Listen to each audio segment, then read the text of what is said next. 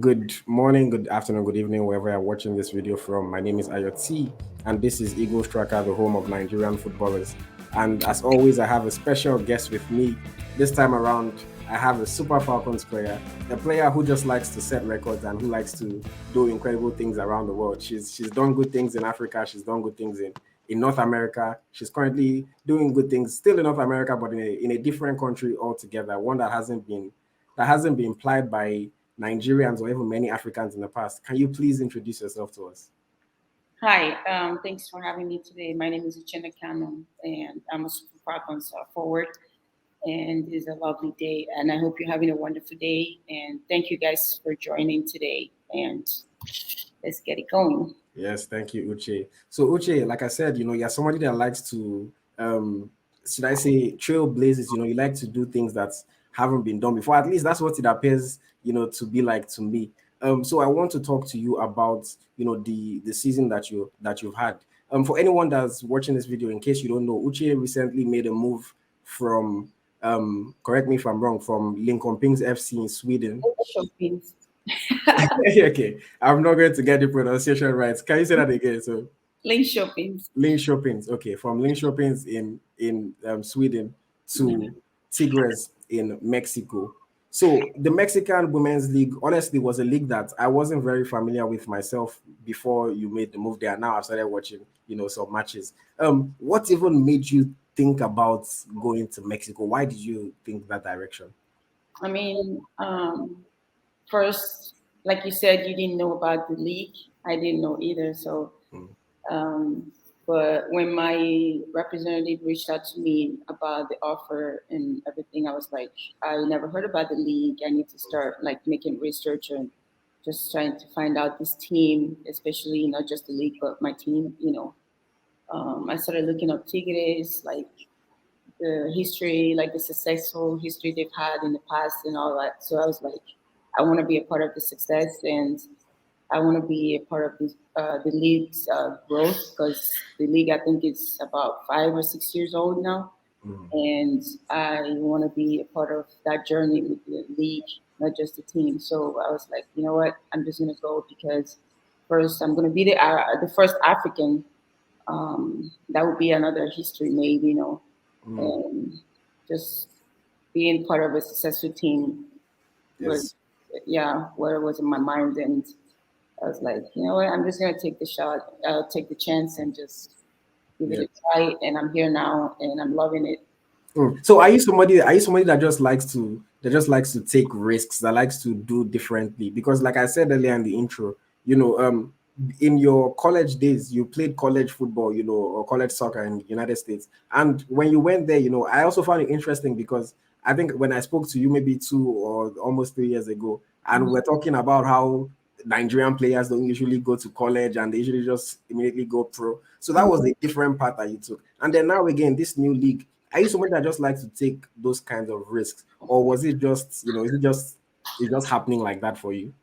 I mean, it's not like I'm the kind of person that takes risks, but at the same time, it depends on the situation and it depends on where I'm going on or the kind of risk that I'm taking. I feel like going to the U.S. really helped me a lot. Not just going there, I schooled there, and like you mentioned, not a lot of Nigerian players like to do that, and I think it's um, it's high time they start thinking about it, like Yeah. adding that to their profile. It's not bad to go to school. It actually helps you grow. It actually helps you, with like exposure when it comes to your career, when it comes to learning different cultures, when it comes to learning different things about yourself, about the community you're in, and the environment, and things like that.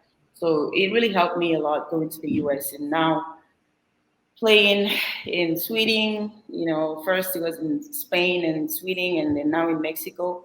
Um, I think it's been a great journey, and it's not like I'm taking risks to do stuff, but Mm. it's the fact that I just like to follow my heart and be able to do positive things. Um, Looking back or tracking my history with soccer and everything is like I break records a lot, and I feel like that's a part of me. And when I see things that connects to that kind of, I'm Opportunity. just yeah, that kind of, yeah, I'm like, you know what, let's just continue doing these Mm. things. So yeah, just being positive and representing my country, my family, of course, myself positively wherever I go is like a big thing for me. And of course, being happy and Mm. is part of my goal as well. So as long as I'm happy, I just want to do it. You thought out these decisions, so you don't necessarily even see them as risks because you knew what you were getting yourself into and you thought about them before they happened. Yeah, I mean, why would I see it as risk if I'm not doing anything wrong, if I'm not hurting anybody, if I'm Mm. not hurting myself, because it's my career, it's my life, and uh, I'm just living my dream. So I don't see it as a risk. I just see it as having fun and doing what I love, you know. And of course, I'm blessed. So why not just take any opportunity that's gonna help me grow and help me be the best I can be? So yeah. What makes you think, or what makes people think it's a risk coming to Mexico? Or Mm. because I've heard these things like a few times now. You're not the Okay, first no, one. I will tell you. For me, the reason why I use the word risk is not necessarily because I thought it was a risk, but the general perception is that the Mexican league, like I said, wasn't a league that had a lot of eyeballs on Mhm. it. So people always have that thought of, might you fall into a trap where people don't know, how well you're playing, how good you're doing. The good thing is that that's one of the problems that EaglesTracker we try to solve. We try to keep people updated, try to make sure everybody's going on. But in the past, maybe 10 years ago, if a player was moving to a Mexican league, they would have thought, okay, this league is not shown on TV in Nigeria or is not shown on TV in these countries. So that's the reason why people think, okay, a decision like that might be risky, you know. What league is actually shown on TV in Nigeria? No, not necessarily in Nigeria, but it's just the global reach. Like, for example, I'll give an exact, someone like Barcelona, for example. Mhm. It doesn't matter what they do, everybody's talking about them. So if you are playing in the Spanish league, for example, where you played before, there's more of a spotlight just in global terms, rather than the Mexican league.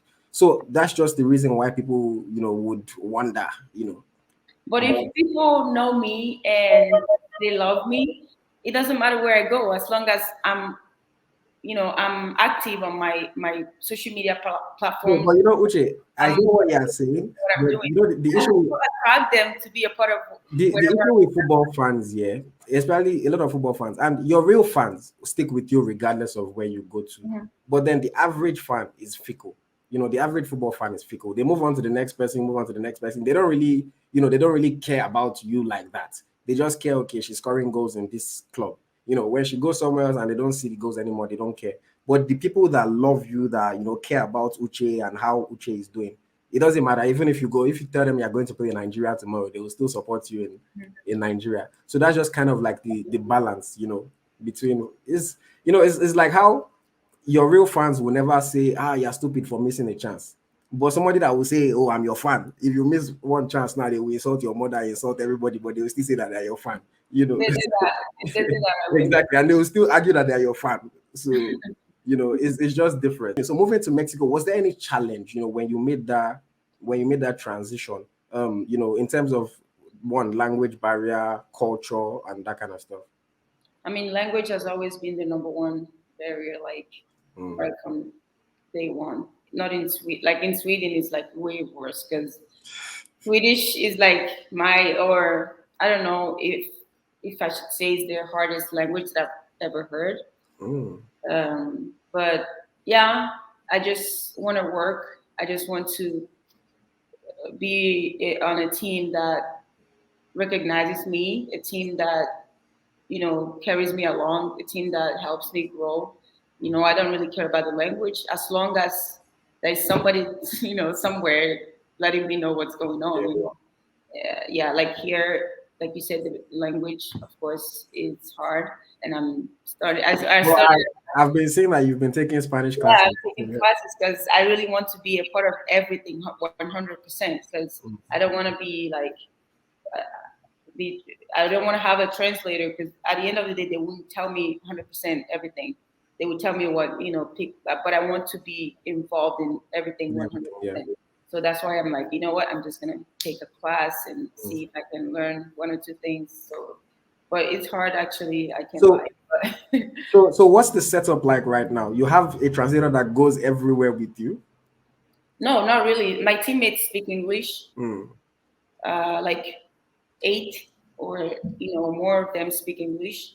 And of course, my coach tries to speak English. If he doesn't have the words right, sometimes I help him out and he understands, or somebody's there helping him, or to tell me what he needs me to do.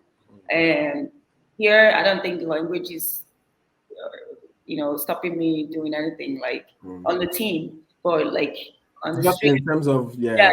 in general, I need to be communicating with people, even my friends. Most of them don't speak English, and I need to be updating people in Spanish and stuff like that. So, yeah, I'm okay, and the language is, I'm trying, and the food, everything is fine. It's just like I'm I home. mean, you get to eat Mexican food every day. I mean, you can't complain about that. I cook my own food actually 80% of the time. I'm cooking because I want to eat what I want. I make my own food, and of course I like Mexican food. Like, yeah, I've tried a few of them and they're awesome. So what else is a better or a challenge? But okay, so how is the football? I know we know Mexican fans in terms of the men's football. We know the Liga MX is very big on the men's side. The Mexican national team, they just played against Nigeria yesterday. Very big national team. Yep. So what is it like, in terms of the women's football? How is the fandom? The fans come out, to support the team and Yep. things like that. They come out 100%. So actually, when I came last year, I watched. I didn't. I hadn't started playing, so I watched the games. I watched the playoffs. You need to see these fans. Like, you need to see these fans. Like, they're packed. Like, the stadium is packed. You know how big the stadium is, and it was sold out. It was like, I think, almost 50K, Mm, and it was sold out on the final day. On the finals, it's like, what are you telling me? The fans come out to support both men and women. yeah. I mean, it's not going to be 100% the same as the men's, but they have people there, and Yeah. it's like enough compared The to where support I've is, been, compared to Europe or everywhere else that I know.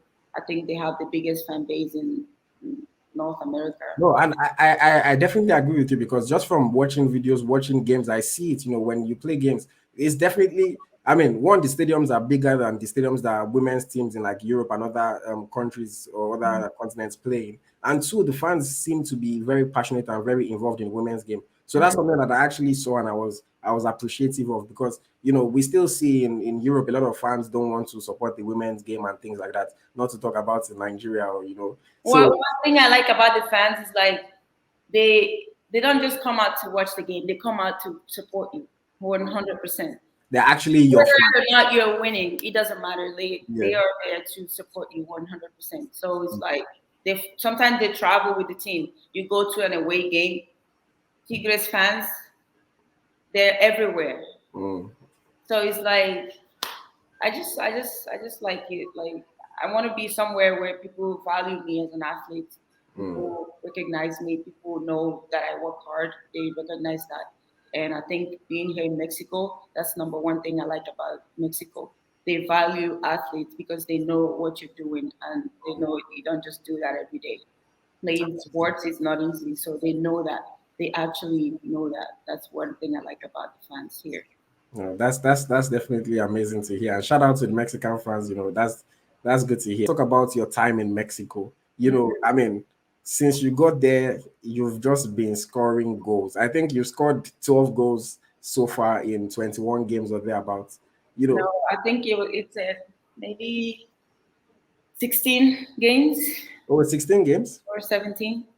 Oh, wow. Okay, so okay, no, no, no. I think it's 19 games. Okay, I think I'm including 2 games for Nigeria I also. think I missed 2 games actually because I was Mm. away for the the national team. Okay, so yeah, I was including 2 games for Nigeria, which is not Liga MX. But yeah. So how is it? Has it just been?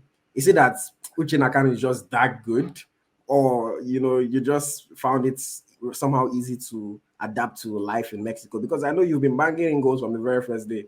So I mean, I'm a kind of person that adapt really quickly, and even my coaches that I've played with, even in the past and now, they always say that I adapt quickly to like just, for example, the tactics, the style of play, and stuff like that. But I feel like it's my identity to just score goals.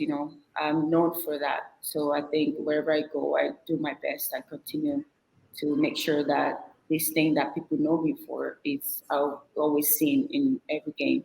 I try my best to score, even though I didn't score a lot of goals now because someone scored more than I did, or a few people. But I know it's my first year, and I know it's a process. And I'm here to grow. I'm here to do my best and just represent my team. So yeah, it's who I am. When you hear Uchenna, just know 3 things: speed, gold, and what's the why third are thing? you laughing? No. What's the third thing? I'm listening to you. I like how you're saying it. What's the third And fun, happiness. I mean, thing? fun and funny, mixed together. Because when you hear about me, that's the 3 things you should look out for. That's And good. I never miss those 3. That's amazing. I mean, and one thing that I always say, when you're working, if you're having fun while you're working, then it doesn't feel too much like work. So that's always a positive, and that's a plus. It's good to hear that. And I believe you guys finished third in the league this Mm-hmm. season, 4 points behind the 2 teams that finished on top. So not, I mean, overall, not a bad first season in Mexico, and you look forward to the challenge that is coming next season. So let's now transition to the national team, the Super Falcons. I watched you play your game in Canada, the international friendly against Canada. You did quite well over the 2 games, but you played a different role. You were not a number 9, in those games. So is that something that just happened, that the coach Randy just said, "Oh, Uche, I would like you to play here," or have you practiced in that position before? Actually, I haven't, or I hadn't practiced in the position prior to the games, but I just feel like the coach know my potentials and he knows my ability, like what I can do, and he thought putting me in positions that or the position that he played me would help the team. So he did that, and I'm a utility player. I want to play wherever the coach thinks is good, and of course for the good of the team. And yeah, even though I wanted to go forward and score goals and do what I know how to do, but at the same time, we're playing for the team, not just for myself. So I didn't mind. I just hoped to do my best. And yeah. No, and that's something that I give credits to the Super Falcons players, because a few of you, if not many of you, tend to move around positions in the national team versus where you play at your clubs, and everybody still like does well. Tony Payne will play in a different position, she will play well. Rashida to play in a different position, she will play well. So it just, and yourself as well. So it speaks to the quality that you guys have. And I remember, there was one shot that you took with your left foot that the goalkeeper saved, and I was thinking like, if this thing had gone in, it would have, it would have been beautiful. We have the women's AFCON coming up. Of course, we know. I mean, Nigerian fans, Nigerian people, the only thing that they're expecting is for you to go there and come back with the trophy. How are you feeling? Just going to represent the team again, and potentially winning the AFCON. I mean, first, I feel honored to be called again. Um, I feel pumped. I'm excited for the team because we have a good team. Looking at the list, um, I just feel, I don't know. I just feel I mean, it's not going to be easy because everybody has grown. Every team has, added up and doubled their hustle. Yeah. So yeah, it's not going to be easy. But at the same time, I'm high of my team. You know, I'm positive, the team, the coaching crew, and I think we're gonna be going out there to just give it all. And I know everybody has been working with their, you know, respective teams, respective clubs, and we're all ready to get together and just finish what we started. And I'm just happy, and I'm looking forward to it. It's my first AFCON actually, or yeah, AFCON is my first, and I'm excited, and I can't wait to play, to, you know, record another. Hopefully another trophy, you know. And I mean, that's what the fans, the Super Falcons have, all the pressure to win. I mean, you guys can't blame anybody. You can only blame yourselves. It's because you've been winning so much. That's why people are going to expect. But I mean, even though the other African nations, you know, South Africa in our group, they've stepped up a lot in quality, and other African nations across the board, you know, even Morocco have more quality now. But I still believe so much in the talent and the level of the Super Falcons. So I'm expecting, and I mean, of course, this also leads to the qualification for the World Cup. And I want you guys to, you know, the men did not qualify for the World Cup, so I please, know. the women, I want us. the women, everything is on the women now. The women have to qualify. I want to go for a World Cup, so please, if you can, just looking forward to the general future, in your personal life, you know, is there anything that you have going on? Is there anything that you're working on that you want people to maybe know about or watch out for? Actually, nothing specifically, but just for people to watch out for me to continue to be Uchenna in Mexico for the time I'm here. And my goal is to at least win, like to win titles with this team, because I've seen a lot of passion, a lot of competition in the league, and of course on my team. I want to be a part of that journey with them, and I want to make sure that I impact the team as much as I can.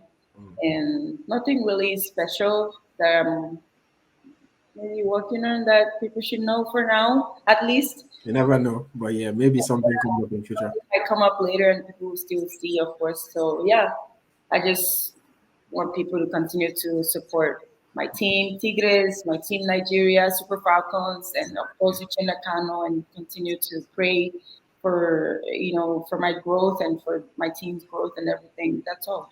So nothing really special for now. So if anything comes up, of course, it's going to be out there. How long do you have currently left on your contract with Tigres? I mean, I'm here for a few years.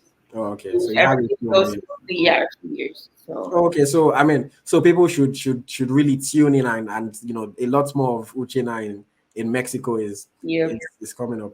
You know, no, that's fantastic to hear, and I hope that people are enjoying watching your growth as a footballer, and you know, just watching your journey. You know, because I mean, everybody takes a different path in life, in careers. You know, and I mean, you're paving a path for yourself, and so far so great. You know, you've done well. You know, in college, you've done well in Spain, in Sweden, and now you're currently doing well in Mexico. So I'm excited to really see what the future holds. Hopefully you can win your first AFCON with Nigeria this summer. And it's just going to be, you know, continuous success for you, you know, for as long as your career lasts. So yeah, that's pretty much what I wanted to talk to you about, you know. Thank you very much, Uchenna. Once again, thank you for speaking with me and for giving me your time to pass this information across back to your Nigerian fans, and hopefully this video will bring some Mexican fans to our page to come and watch as well, because I know the Mexican fans, of course, they're really like they're high on me, like. No, that's why I know I see them. That's why I'm saying some of them will come and watch the video as well. Just expect them. That's for sure. But thank you so much for having me, and have a wonderful day, and thank you guys for watching.